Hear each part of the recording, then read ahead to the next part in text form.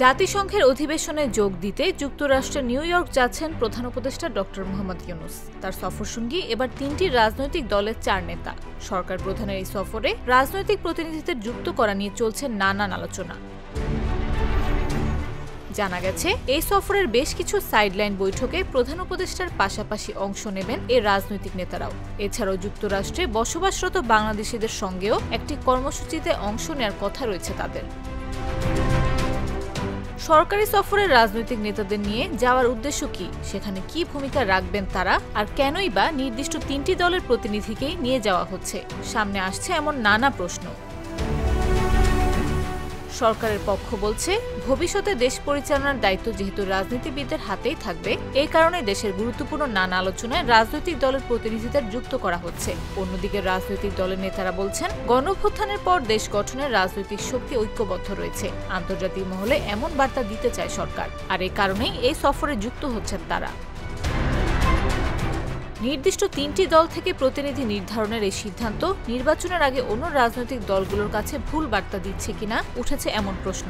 এ বিষয়ে প্রধান উপদেষ্টার সিনিয়র সহকারী প্রেস সচিব ফয়েজ আহমদ বলছেন, আগামীতে ক্ষমতা আসার সম্ভাবনা, অভ্যন্তরীণ রাজনীতিতে দলীয় প্রভাব এবং দলীয় সক্ষমতার বিষয়টি বিবেচনায় রেখেই প্রতিনিধি ঠিক করা হয়েছে। তিনি বলেন, অভ্যুত্থান পরবর্তী সময়ে দেশের রাজনৈতিক দলগুলোর মধ্যে বাংলাদেশ প্রশ্নে একটি ঐক্য তৈরি হয়েছে।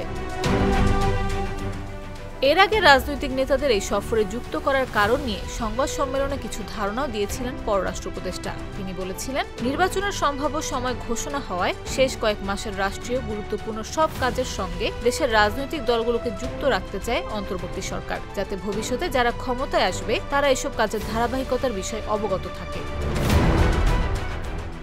এছাড়াও এই বিষয়ে ফয়েজ আহমদ বলছেন, অন্তর্বর্তী সরকার যেহেতু রাজনৈতিক দলের কাছে ভবিষ্যৎ ক্ষমতা হস্তান্তর করবে, তাই রাজনৈতিক দলগুলোকে জাতীয় এবং আন্তর্জাতিক গুরুত্বপূর্ণ সব বিষয়ে যুক্ত রাখতে চায় সরকার। তবে এমন সব আলোচনার বাইরে সরকারের দিক থেকে রাজনৈতিক দায় বন্টনের একটি চেষ্টাও দেখছেন রাজনৈতিক বিশ্লেষকদের কেউ কেউ। তারা বলছেন, রাজনৈতিক ঐক্য সবার সামনে তুলে ধরার পাশাপাশি এই মুহূর্তে বাংলাদেশে মার্কিন প্রভাবের যে বিষয়টা লক্ষ্য করা যাচ্ছে, সেখানেও রাজনৈতিক দলগুলোকে সঙ্গে রাখতে চাইছেন প্রধান উপদেষ্টা। এছাড়া 3টি রাজনৈতিক দলের নেতাদের অংশগ্রহণের মাধ্যমে দেশের অভ্যন্তরীণ রাজনৈতিক বিরোধের সমাধানের পথ খুলতে পারে বলেও মত বিশ্লেষকদের। নাফিস আব্দুল্লাহ, জাগো নিউজ।